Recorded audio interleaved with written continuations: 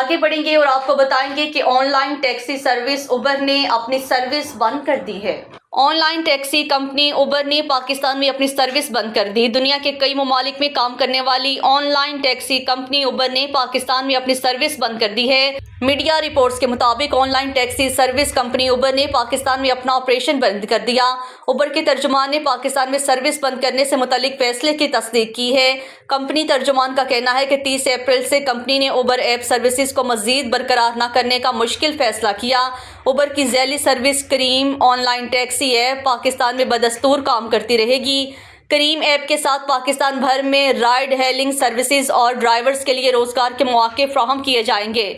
واضح رہے کہ اوبر نے 2009 میں کریم کو $3.1 ارب میں خریدا تھا۔ اس وقت دونوں کمپنیوں کا کہنا تھا کہ وہ اپنی متعلقہ علاقائی خدمات اور بطور آزاد برانڈز کام جاری رکھیں گے۔ تاہم 11 اکتوبر 2022 کو اوبر نے کراچی سمیت کئی شہروں میں آپریشن بند کر دیا تھا، جس کے بعد سے اوبر صرف لاہور میں دستیاب تھی، لیکن اب لاہور کے لیے بھی دستیاب نہیں ہوگی۔